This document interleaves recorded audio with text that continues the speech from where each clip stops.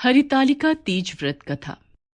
नमस्कार दोस्तों, आज हम आपको भाद्रपद मास के शुक्ल पक्ष की तृतीया को हस्त नक्षत्र के दिन मनाई जाने वाली हरतालिका तीज व्रत की कथा सुनाएंगे।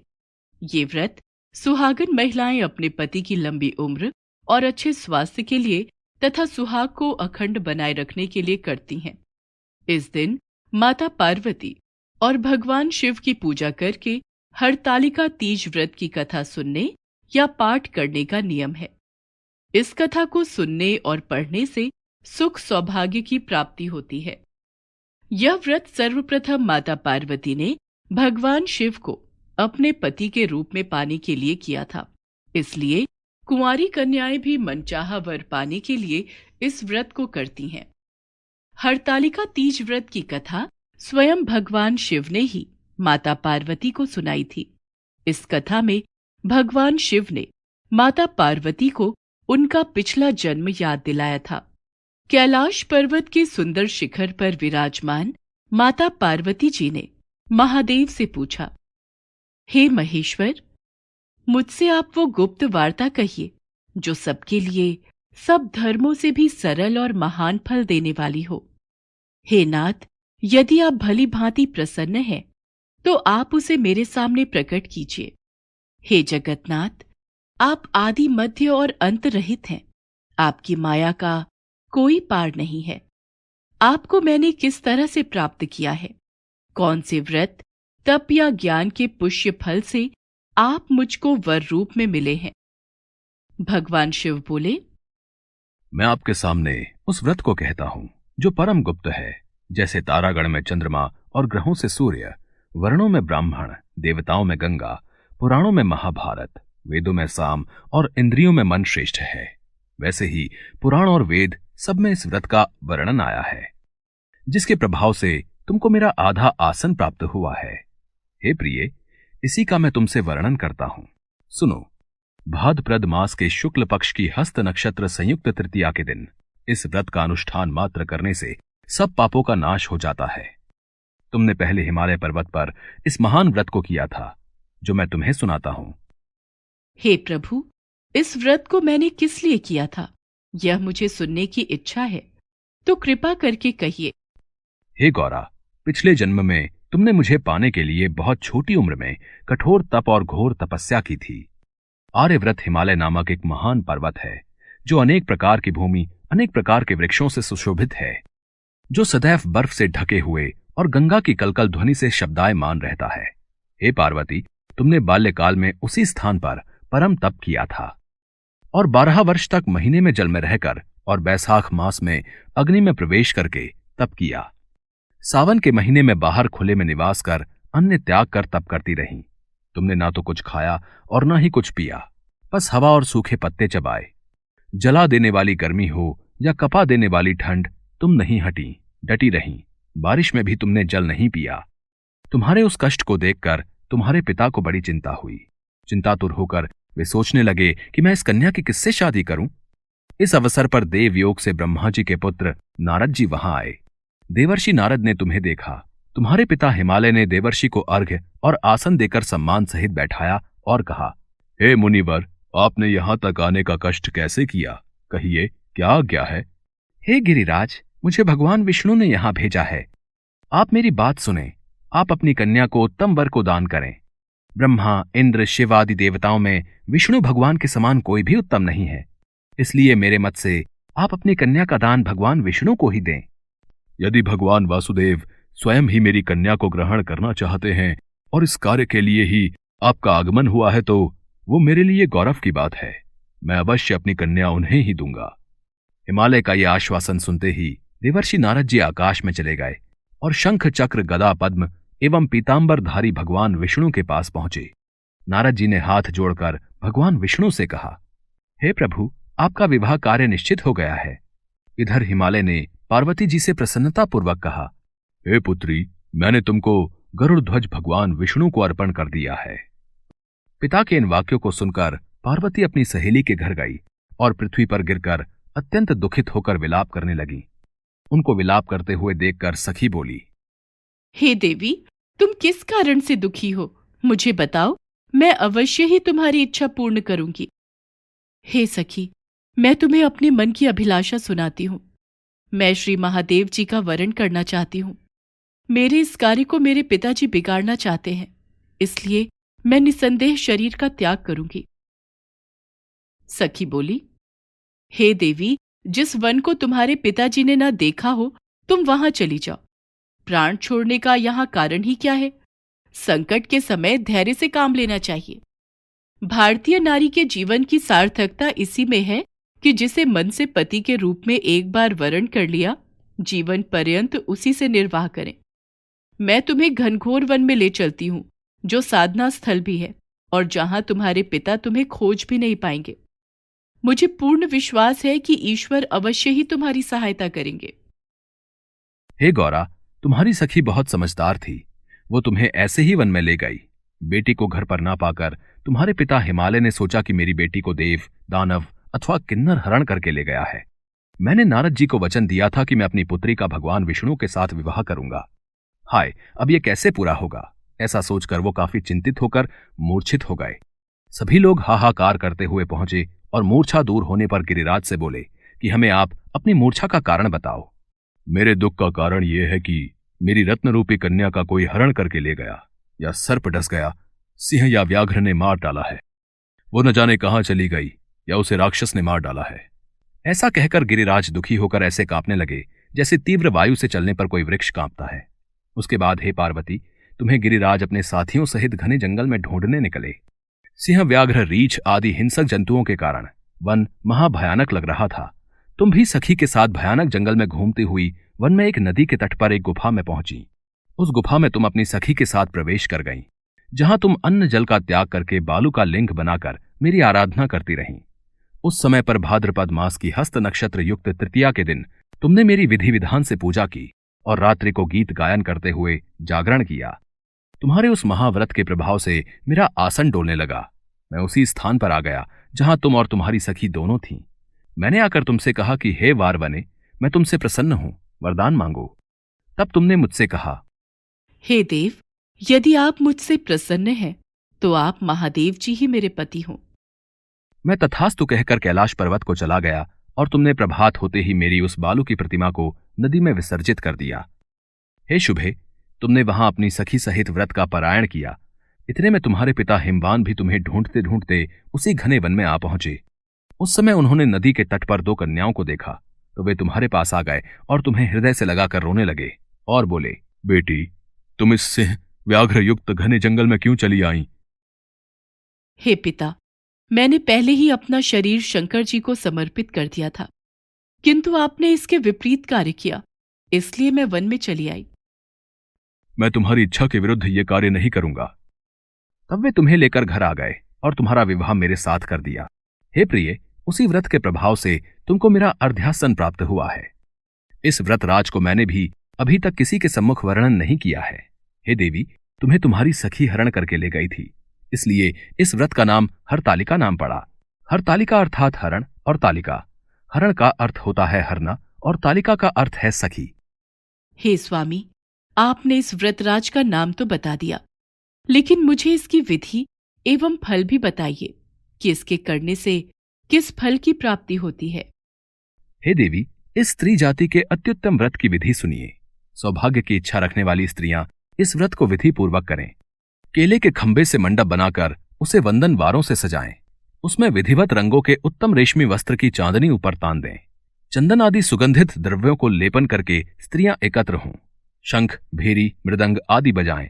विधिपूर्वक मंगलाचार करके श्री गौरी शंकर की बालू निर्मित प्रतिमा की स्थापना करें।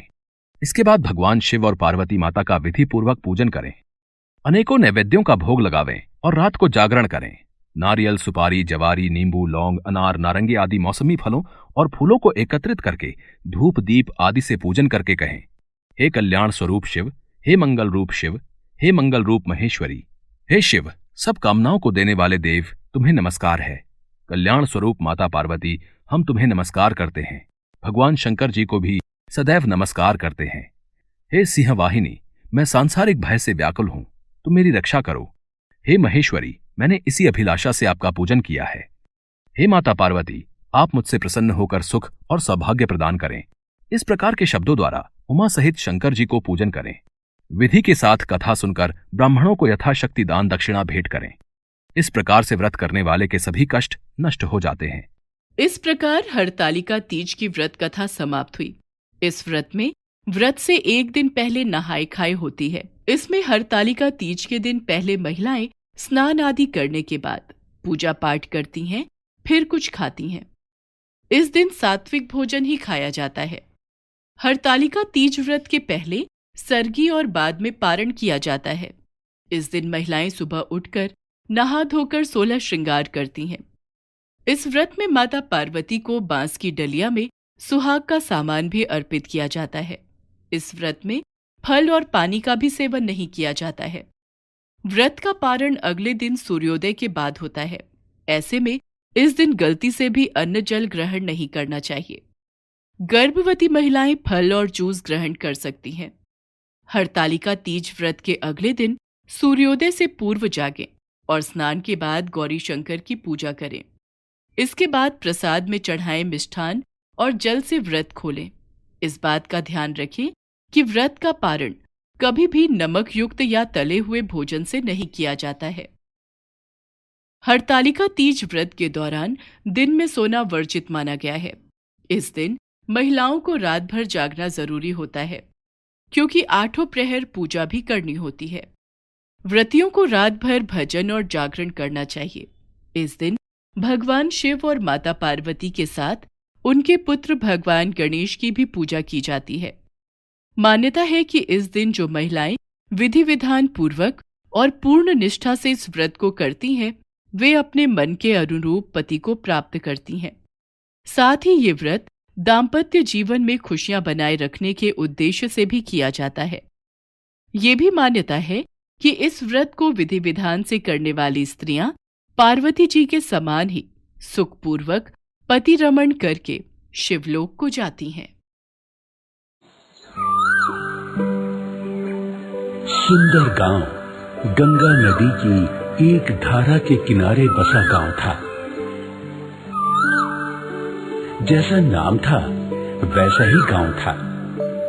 दिखने में बहुत सुंदर, तरह तरह के फूल, पेड़ पौधे और लहलहाती फसलें सुंदर गांव को बहुत सुंदर बनाती थी। बस एक ही समस्या थी, जब कभी नदी में बाढ़ आ जाती तो लोगों को परेशानी होती, फसलें बर्बाद हो जाती, घरों को भी नुकसान पहुंचता और लोगों की चीख पुकार मच जाती।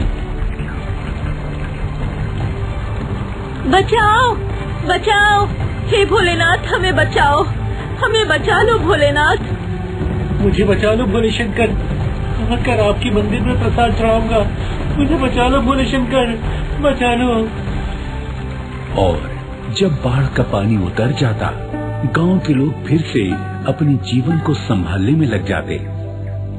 इसी गांव में एक लड़की सुमति अपनी मां संसारी देवी के साथ रहती थी। कुछ साल पहले सुमति के पिता का निधन हो गया था और घर को संभालने की जिम्मेदारी सुमति पर आ गई थी, क्योंकि सुमति की माता उसके पिता के निधन के बाद बीमार रहने लगी थी। बेटी सुमति, तुझे काम करते हुए देखकर मुझे बहुत दुख होता है। काश मैं कुछ कर पाती तो सारा बोझ तेरे ऊपर ना पड़ता। इसमें बोझ कैसा माँ? किसी गैर के लिए तो मैं मेहनत नहीं करती, तुम्हारे लिए मेहनत करके तो मुझे सुख मिलता है। फिर भी तू कब तक ऐसा करती रहेगी? काश मैं जल्दी से ठीक हो जाऊं। हो जाओगी माँ, भोलेनाथ ने चाहा तो तुम जल्दी ठीक हो जाओगी। सुमति की बातें सुनकर संसारी देवी का दिल खुश हो गया और उसने प्यार में भरकर सुमति को गले लगा लिया।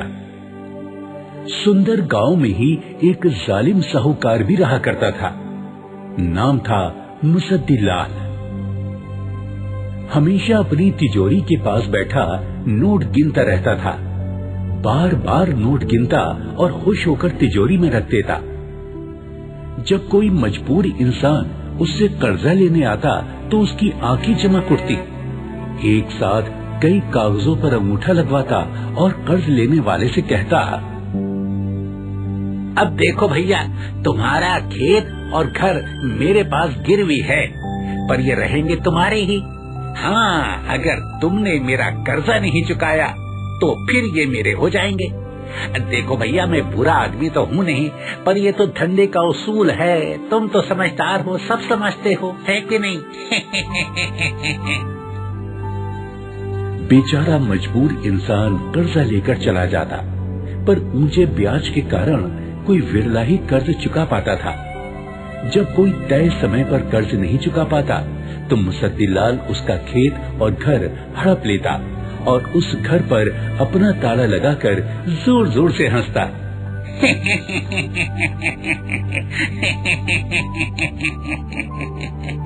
अब तो ये घर मेरा हो गया। सुमति भी जब कभी घर में अकेली बैठी होती तो कर्ज के बारे में सोचकर परेशान होती। उसे डर था कि कहीं मुसद्दीलाल उसके भी खेत और घर को न हड़प ले। उधर मुसद्दीलाल की आंखों में हमेशा सुमति के खेत और घर ही घूमते रहते। वो तो उस दिन का सपना देख रहा था जब वो सुमति के खेत हड़प लेगा और उसके घर पर अपना ताला लगाकर जोर जोर से हंसेगा। खेतों में मजदूरी करके लौट रही सुमति यही सोच रही थी कि पिता का लिया हुआ कर्ज वो कैसे चुकाएगी।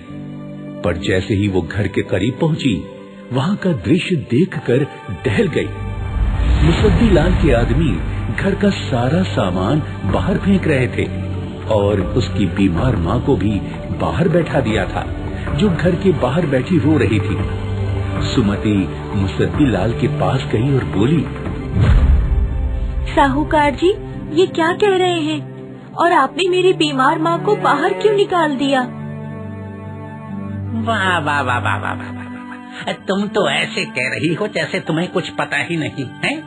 अरे तेरे बाप ने मुझसे जो कर्जा लिया था ना, आज तक चुकता नहीं हुआ। अब तू ही बता मैं क्या करूं? है देख, मैं बुरा आदमी तो नहीं हूँ, मजबूर आदमी हूँ।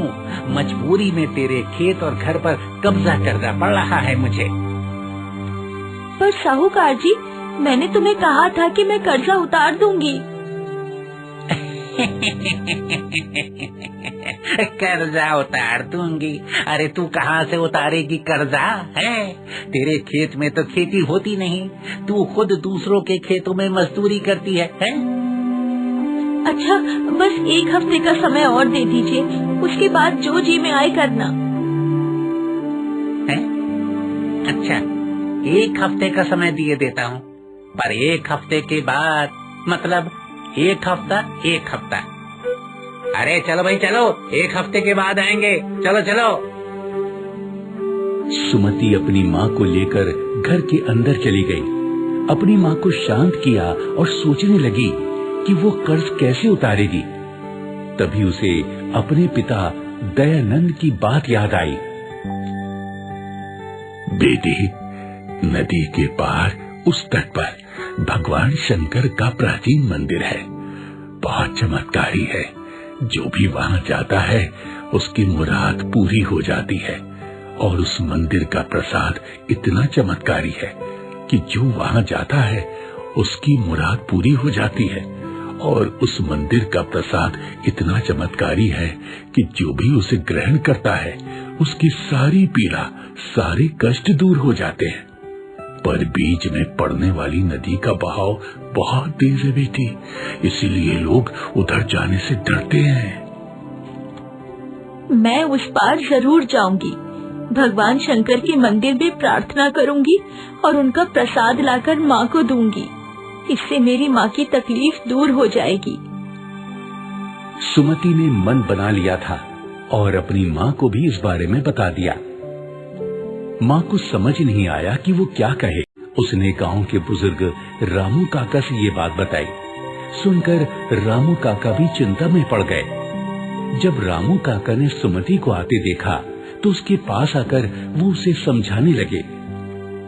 देखो सुमति बेटी, उस पार जाना आसान नहीं है। कई लोगों ने कोशिश की, पर नदी इतना विकराल रूप ले लेती है कि सब डर कर बीच में से ही लौट आते हैं। मुझे कुछ नहीं होगा काका, आप मुझे आशीर्वाद दें। मैं जब भगवान शंकर का प्रसाद लेकर आऊंगी तो सभी गांव वालों का भी भला होगा। ठीक है सुमति बेटी, मेरा आशीर्वाद तेरे साथ है। भगवान शंकर तेरी रक्षा करें। कल सोमवार है, भगवान शंकर का दिन। मैं कल ही उस पार जाऊंगी। अगले दिन सोमवार को सुमति नदी पार करने के लिए घर से निकली। तभी पड़ोस की मीरा चाची वहां आ गईं और बोली, अरे बेटी सुमति, मेरे पति पिछले काफी समय से बीमार चल रहे हैं। अगर तू उनके लिए भी चमत्कारी प्रसाद ले आएगी तो तेरा बड़ा एहसान होगा। इसमें एहसान कैसा चाची? ये तो पड़ोसी होने के नाते मेरा फर्ज है। सुमति नदी किनारे पहुंची। रामू काका भी उसके साथ उसे वहां तक छोड़ने आए थे। उन्होंने सुमति को आशीर्वाद दिया, पर तभी मुसद्दी लाल की पत्नी वहां आई और सुमति से हाथ जोड़कर बोली, बेटी सुमति, मेरा इकलौता बेटा प्रकाश बहुत बीमार है।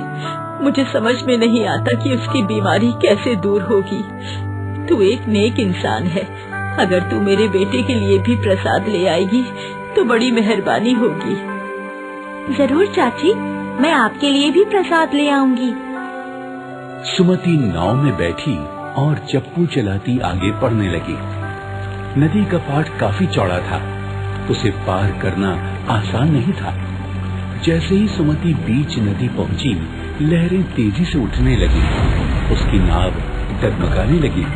सुमति ने हाथ जोड़े और प्रार्थना की, हे नदी माता, मुझे उस पार भगवान शंकर के मंदिर में जाने दो। मैं आते हुए तुम्हारे लिए भी प्रसाद लेती आऊंगी। ये सुनते ही नदी की लहरें शांत हो गई। उन्होंने एक फूल सुमति की नाव में फेंका। सुमति ने फिर से चप्पू चलाने शुरू किए। अब तट करीब ही था कि एक विशाल मछली अपनी दुम सुमति की नाव पर पटकने लगी। सुमति ने दोनों हाथ जोड़कर उससे भी प्रार्थना की, हे मछली रानी, मुझे जाने दो। वापसी पर मैं तुम्हारे लिए भी प्रसाद लाऊंगी। ये सुनते ही मछली दूर चली गई। तट पर पहुंचकर सुमति नाव से उतरी और शिव मंदिर की ओर बढ़ने लगी।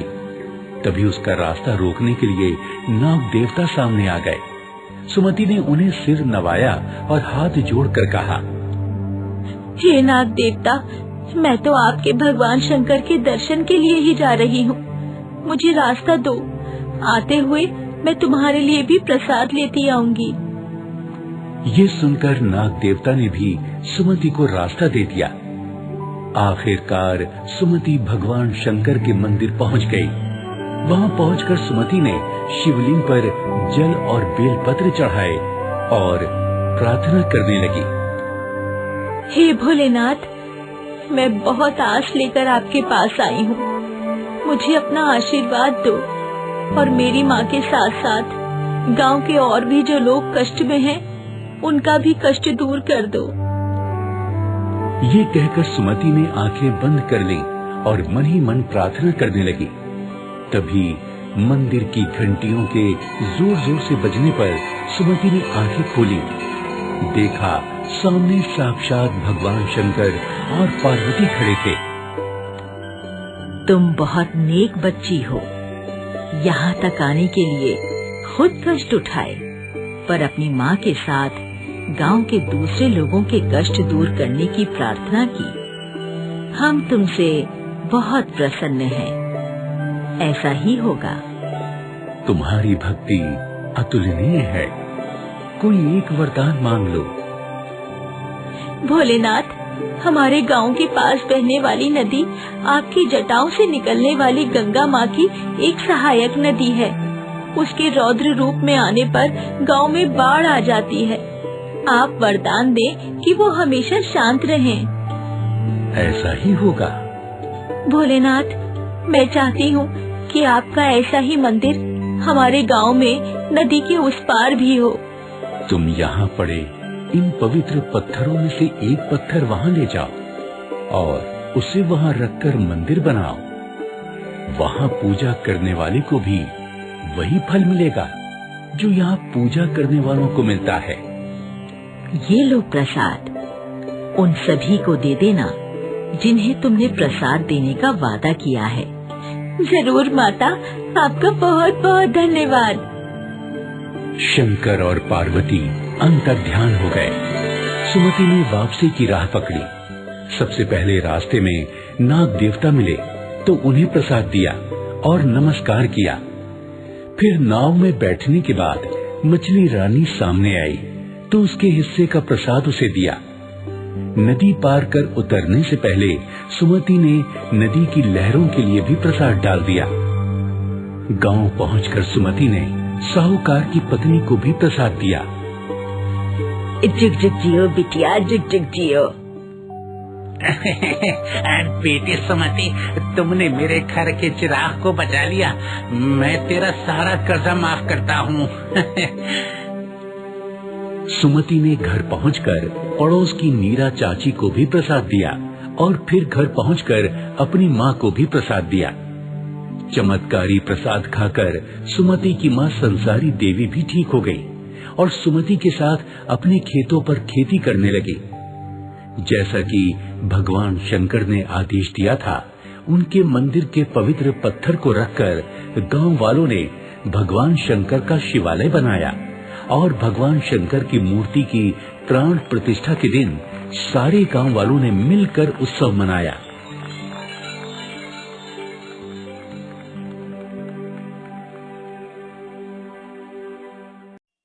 चंदनपुर गांव में दो दोस्त शिवा और भोला रहा करते थे। दोनों ही बचपन के दोस्त थे और अपने हर सुख दुख में साथ रहते और गांव के लोग भी शिवा और भोला को उनकी दोस्ती के साथ साथ उनकी शिव भक्ति के कारण जानते थे। एक रोज मंदिर के बाहर बैठा शिवा अपने दोस्त भोला से कहता है, भाई, इस बार भी शिवरात्रि पर हम दोनों भाई व्रत रखेंगे और एक साथ व्रत तोड़ेंगे भी। मुझे याद है, हम जब 12 साल के थे तब से हम शिवरात्रि का व्रत रखते आ रहे हैं।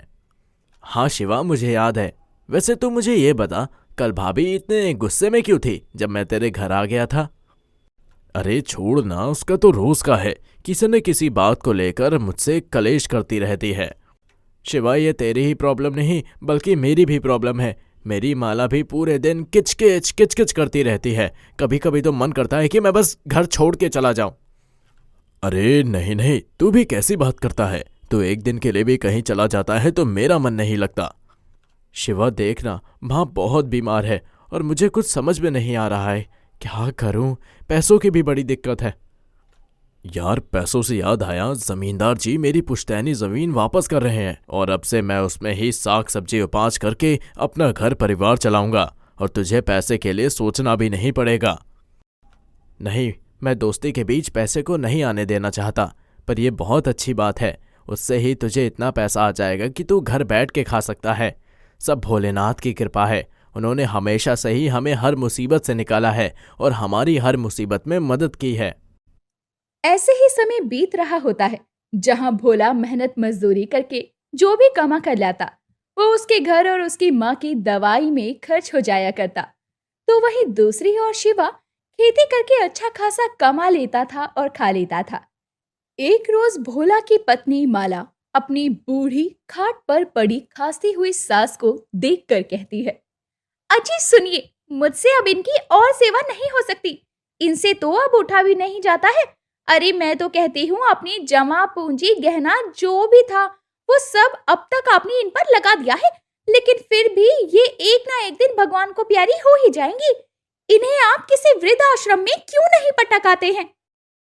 ये तुम क्या कह रही हो? मेरी माँ और वृद्धाश्रम में रहेगी? तुम्हारे दिमाग तो ठीक है ना? आज तो तुमने अपने मुंह से ये बोल दिया है, लेकिन दोबारा मत बोलना। हाँ हाँ, तुम्ही तो मेरी बातें मिर्ची ही लगेंगी ना। एक तो आपका वो अमीरजादा दोस्त जो पहले तो आपकी ही तरह फटीचर था, लेकिन जब से उसके बाप दादा वाली जमीन उसे मिली है उसमें और उसकी जनानी में तो अलग ही घमंड आ गया है। आज तुम्हें क्या हो गया है माला? तुम ये सब सोचकर भी बोल रही हो?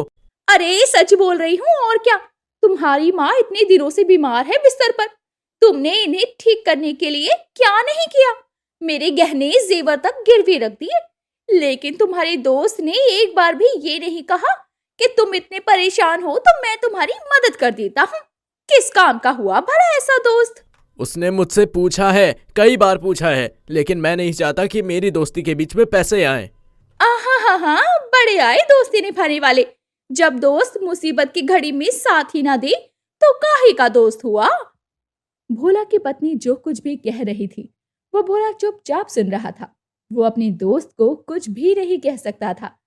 अब देर शाम जब भोला अपने दोस्त शिवा से मिलने जाता है तो शिवा की पत्नी चमेली घर में होती है। अरे रे, कृष्णा के घर सुदामा आए हैं, लेकिन ये तो सुदामा से भी ज्यादा फटीचर गरीब है। अजी कहाँ हैं आप? देखिए आपका भिखारी दोस्त आया है, होगा कोई काम आपसे तभी तो आया है मिलने। ये तुम क्या कह रही हो? कहाँ है भोला?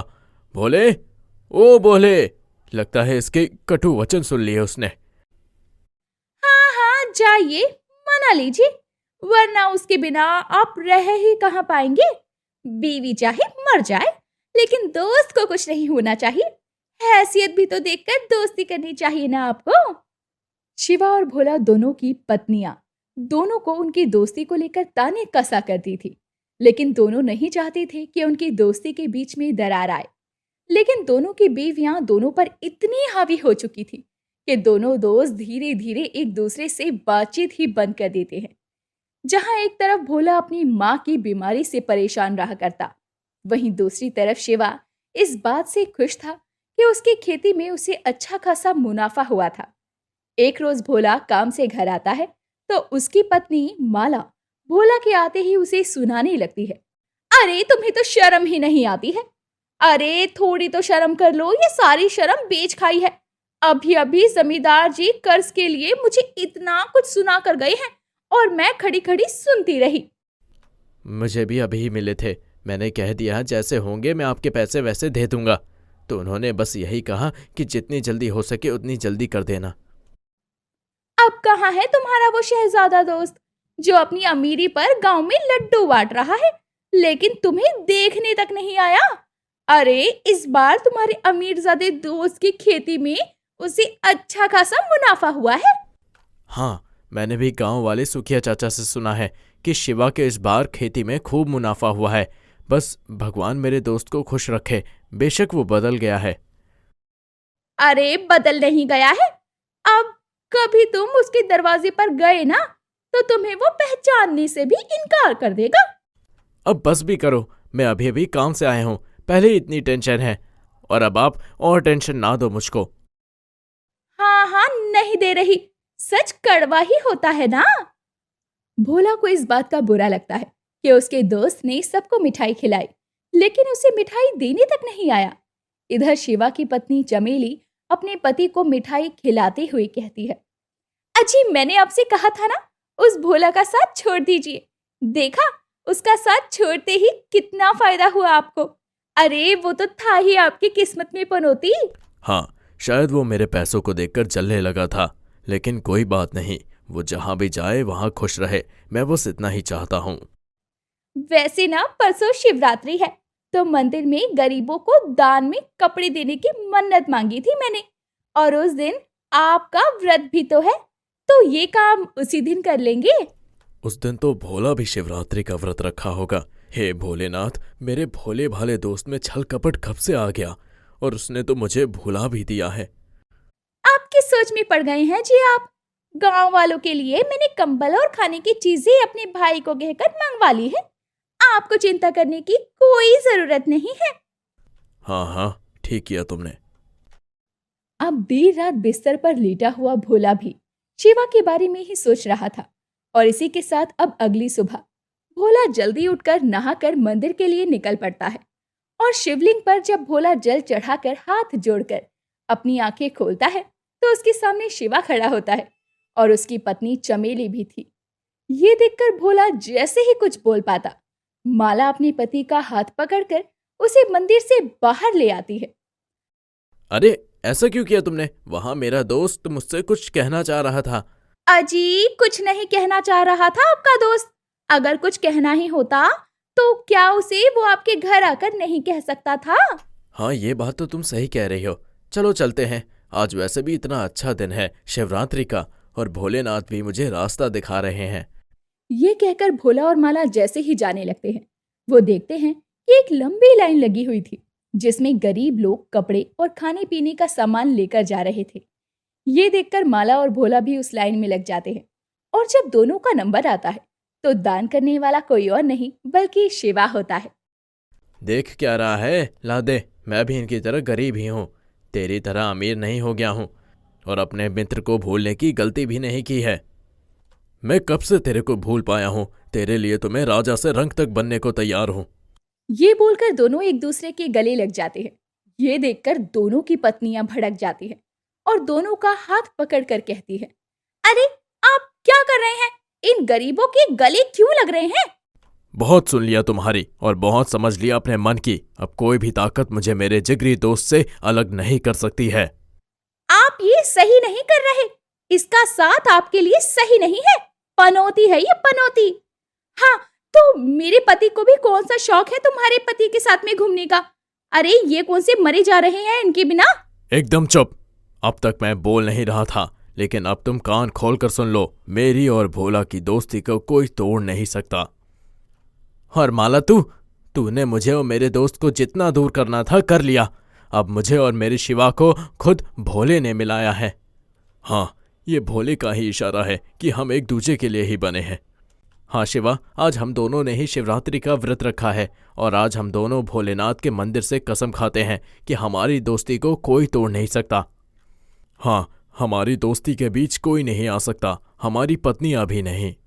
इस तरह शिवा और भोला की शिवरात्रि वाले दिन फिर से दोस्ती का एक नया अध्याय शुरू हो जाता है, जो उनकी पत्नियों की वजह से खत्म होने के कगार पर आ चुका था। लेकिन देर से ही सही, दो शिव भक्तों को खुद शिवजी ने मिला ही दिया। हालांकि इसके बाद दोनों अपनी पत्नियों की कभी नहीं सुनते और उन्हें अपनी तरह से काबू में रखते हैं।